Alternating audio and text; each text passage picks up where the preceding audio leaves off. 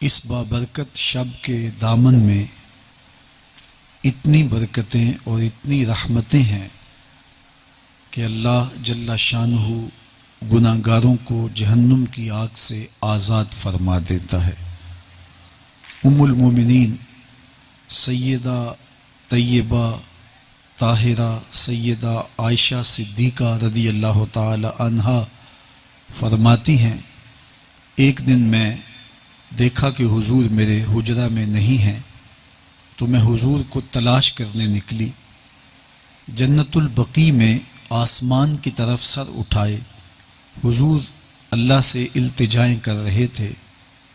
مجھے دیکھا تو ارشاد فرمایا، عائشہ کیا تم نے یہ سمجھا کہ اللہ کا رسول تم سے زیادتی کرے گا؟ فرماتی ہیں میں نے عرض کی، یا رسول اللہ صلی اللہ علیہ وسلم، میں یہ سمجھا شاید آپ کسی زوجائے محترمہ کے حجرہ میں تشریف لے گئے ہیں۔ فرمایا آج لیلۃ النصف من شعبان، شعبان کی 15ویں رات ہے، درمیانی شب ہے۔ اس رات کو اللہ تعالی جل شانہ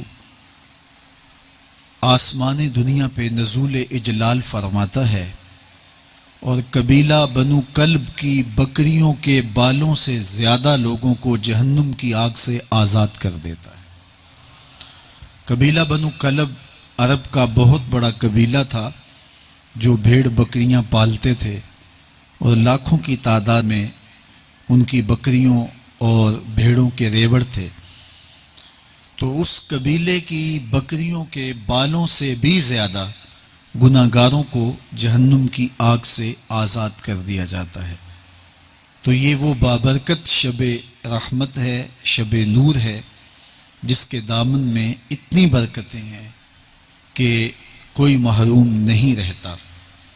صرف وہ بد نصیب لوگ جو شرک میں مبتلا ہیں، جو سخت کینہ پرور ہیں، جو قطع رحمی کرتے ہیں، قاتل ہیں، عادی شرابی یا بدکار ہیں، انہیں اس مبارک رات میں محروم رکھا جاتا ہے، ورنہ اللہ کی رحمتوں کا عموم اس بابرکت راتوں میں اس قدر ہوتا ہے کہ کوئی گناہ گار جو اس کے حضور ہاتھ دعا کے لیے اٹھاتا ہے اور اپنا دامن پھیلا کے اس کی رحمتیں مانگتا ہے، اسے محروم نہیں رکھا جاتا، بلکہ اللہ سب گناہ گاروں کو جہنم کی آگ سے آزاد کر دیتا ہے۔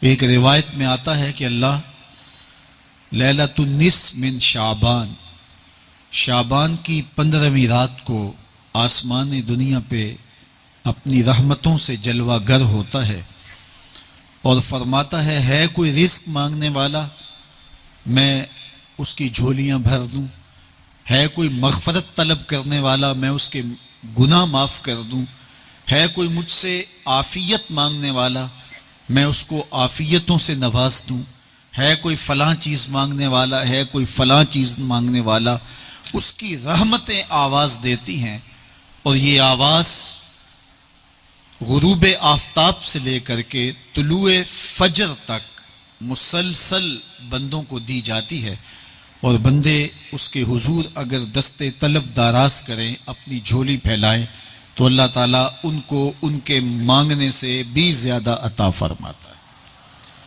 اس امت کو اللہ تعالیٰ نے اس طرح کی راتیں دے کر کے مغفرت، بخشش، غفران اور رحمتوں کی فراوانی نصیب کی ہے۔ میرے حضور نے ارشاد فرمایا، ایک شخص صبح سے لے کے ظہر تک مزدوری کرتا ہے، زیادہ ثواب دیا جاتا ہے۔ تو یہود اور نصارہ نے اس پہ برا منایا تو حضور علیہ السلام نے فرمایا کہ اللہ نے ان کے اجر میں تو کمی نہیں کی، لیکن مسلمانوں کو زیادہ اجر دے دیا، تو یہ اس کی کرم نوازی ہے۔ تو یہ تھوڑے وقت کی عبادتیں اور چند راتوں کی بیداری اور مخصوص اوقات میں اللہ کے حضور عبادت و ریاضت ایک گناہ گار کو کہاں سے کہاں تک پہنچا دیتی ہے، اس کے گناہوں کی معافی کا ذریعہ بھی بنتی ہے، اور درجات کی بلندی کا سبب بھی۔ دیکھیے لیلۃ القدر ایک رات 1000 مہینے کی عبادتوں سے بہتر قرار پاتی ہے۔ اسی طرح دیگر مواقع ہیں کہ اللہ تعالیٰ اس امت کے لیے رکھے ہیں، رحمت رب بہانہ می طلب، اور یوں بھی پڑھا گیا رحمت رب بہانہ می طلب۔ اس کی رحمتیں قیمت نہیں مانگتی اور اس کی رحمتیں بہانہ تلاش کرتی ہیں، تو وہ اپنے بندوں کو بخشنے پہ آمادہ ہے اگر وہ اپنا دامن طلب پھیلائیں۔ قرآن مجید میں ایک مقام دیکھیے کتنا دل آویز ہے، فرمایا ما یفعل اللہ بعذابکم، اللہ تمہیں عذاب دے کے کیا کرے گا؟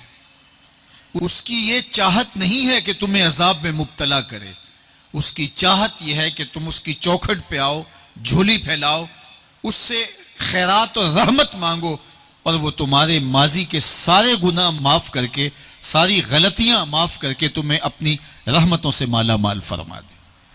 تو وہ بندوں کو بخشنے پہ، بندوں کی مغفرت کرنے پہ آمادہ ہے اور اس کی رحمتیں بہانے تلاش کرتی ہیں۔ اللہ اکبر۔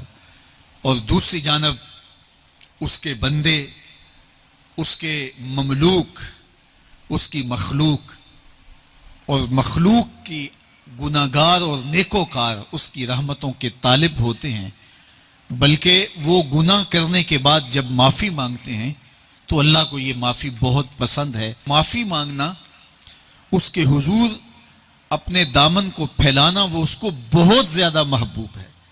انسان کی فطرت کے اندر گناہ رکھا گیا ہے۔ آگ، ہوا، مٹی، پانی، یہ ان 4 چیزوں کا مرکب ہے۔ اس کے جو عناصر ہیں اس میں کبھی اعتدال قائم نہیں رہتا اور اس سے گناہ سرزد ہو جاتے ہیں۔ گناہ کرنے کے بعد بندے کا اس گناہ پہ اصرار کرنا، اڑ جانا، ضد کرنا، توبہ نہ کرنا اللہ کو یہ پسند نہیں، لیکن اگر اس سے گناہ سرزد ہو جائے تو پھر وہ توبہ کر لے تو اللہ کو یہ بہت زیادہ پسند ہے۔ جو اس سے ہو سکے نیکی وہ اللہ کے حضور پیش کرے، لیکن اس کے اندر جو شر رکھی گئی ہے، اس کے اندر جو قوتیں گناہ کی رکھی گئی ہیں، اس سے اگر اس سے گناہ سرزد ہو جائے تو پھر وہ اللہ سے توبہ کرے، اللہ کی طرف رجوع کرے، تو اللہ اس کی توبہ کو نہ صرف قبول کرتا ہے بلکہ اس کے گناہوں کو معاف کرتا ہے اور گناہوں کو بدل کے نیکیوں میں تبدیل کر دیتا ہے۔ جب گناہ نیکیوں میں تبدیل ہو گئے تو جتنا بڑا گناہ گار تھا اتنا بڑا نیکوکار ہو گیا۔ حضرت سیدنا عمر رضی اللہ تعالیٰ عنہ بازار میں جا رہے تھے تو ایک شرابی نے ہاتھ میں بوتل پکڑی تھی شراب کی، تو حضرت عمر ہاتھ میں درہ رکھتے تھے اور آپ کا جاہ و جلال دیدنیت ہوتا، تو جو ہی حضرت عمر رضی اللہ تعالیٰ عنہ کو اس نے دیکھا تو ڈر گیا اور دل ہی دل میں کہا اے اللہ آج عمر کے قہر سے بچا لے، میں تیری بارگاہ میں سچی توبہ کرتا ہوں، اور جلدی سے شراب کو بغل میں چھپا لیا۔ اتنے میں حضرت عمر سر پہ پہنچ گئے اور گرج کر کڑک کے کہا کہ یہ تیری بغل میں کیا ہے؟ چونکہ اس کو بوتل چھپاتے دیکھا تھا تو وہ ڈر گیا اور ڈرتے ڈرتے کہنے لگا حضرت یہ سرکہ ہے۔ اب تھی تو شراب، لیکن ڈرتے ہوئے بولا حضرت سرکہ ہے۔ تو حضرت عمر نے کہا نکال۔ جب نکالا تو شراب نہیں تھی، واقعی سرکہ بن چکا تھا۔ تو جب اللہ کے حضور کوئی توبہ کرتا ہے اللہ اس کے گناہوں کو بدل کے نیکیوں میں تبدیل کر دیتا ہے۔ حدیث پاک میں آتا ہے کہ قیامت کے دن اللہ ایک شخص کو کہے گا کہ اپنا نامہ اعمال پڑھ، تو وہ نامہ اعمال پڑھنے لگ جائے گا، تو نامہ اعمال کے اندر چھوٹے گناہ بھی ہوں گے، بڑے گناہ بھی ہوں گے، تو اللہ سے حیا کرتے ہوئے، شرم کرتے ہوئے وہ بڑے بڑے گناہوں کو چھوڑتا جائے گا اور چھوٹے چھوٹے گناہوں کو پڑھتا رہے گا۔ جب وہ سارے گناہ پڑھ چکے گا اور کتاب ختم ہوگی تو اللہ تعالیٰ اسے فرمائے گا میرے بندے تو نے یہ جتنے گناہ پڑھے ہیں میں نے سب کو بدل کے نیکیوں میں تبدیل کر دیا۔ تو بندہ کہے گا اللہ ابھی تو میرے بڑے بڑے گناہ رہتے ہیں جو میں نے پڑھے ہی نہیں۔ فَضَحِكَ النَّبِيُّ حَتَّى بَدَتْ أَنْيَابُهُ، حضور جب یہ بیان فرما رہے تھے تو حضور اتنا مسکرائے کہ صحابہ نے حضور کی داڑھیں دیکھ لی۔ تو پہلے وہ بڑے بڑے گناہ چھوڑے جا رہا تھا، لیکن جب اللہ فرمائے گا کہ میں تیرے گناہوں کو بدل کے نیکیوں میں تبدیل کر دیا، تو وہ کہے گا ابھی تو بڑے بڑے گناہ رہتے ہیں جو میں نے ابھی پڑھے ہی نہیں۔ تو جب کوئی بندہ اس کے حضور توبہ کرتا ہے، اللہ یہ نہیں دیکھتا اس نے گناہ کتنے کیے ہیں، یہ دیکھتا ہے بندہ آیا میری چوکھٹ پہ ہے تو اللہ اس کے پچھلے سارے گناہ معاف فرما دیتا ہے۔ اللہ اکبر۔ میرے اور آپ کے آقا و مولا نے اللہ کے حضور توبہ کرنے اور اس پر اللہ کی خوشی اور اللہ کی خوشنودی کا ذکر کرتے ہوئے ایک مثال بیان فرمائی کہ ایک شخص صحرا میں سفر کر رہا تھا، تو وہ ایک درخت کے نیچے دوپہر کاٹنے کے لیے، سستانے کے لیے رک گیا اور درخت کے ساتھ اپنے اونٹ کو باندھ دیا اور خود لیٹ گیا تاکہ دوپہر کاٹ لوں۔ تھوڑی دیر کے بعد جب اس کی آنکھ کھلی تو اس نے کیا دیکھا کہ اونٹ ماں ساز و سامان کے ساتھ غائب ہے۔ اب صحرا میں اونٹ کا گم ہو جانا گویا زندگی چلے جانے کے مترادف ہے۔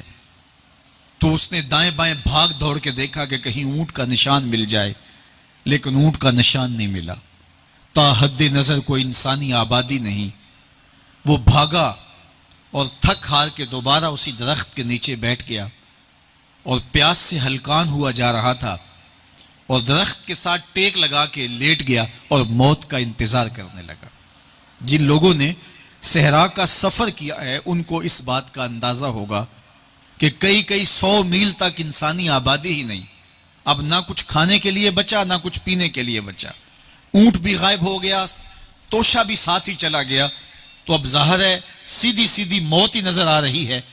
تو وہ اس درخت کے ساتھ ٹیک لگا کے بیٹھ جاتا ہے اور موت کا منتظر ہوتا ہے۔ تھوڑی دیر کے بعد پھر اس کی دوبارہ آنکھ لگ جاتی ہے۔ جب دوبارہ آنکھ لگتی ہے تو تھوڑی دیر بعد پھر آنکھ کھلتی ہے۔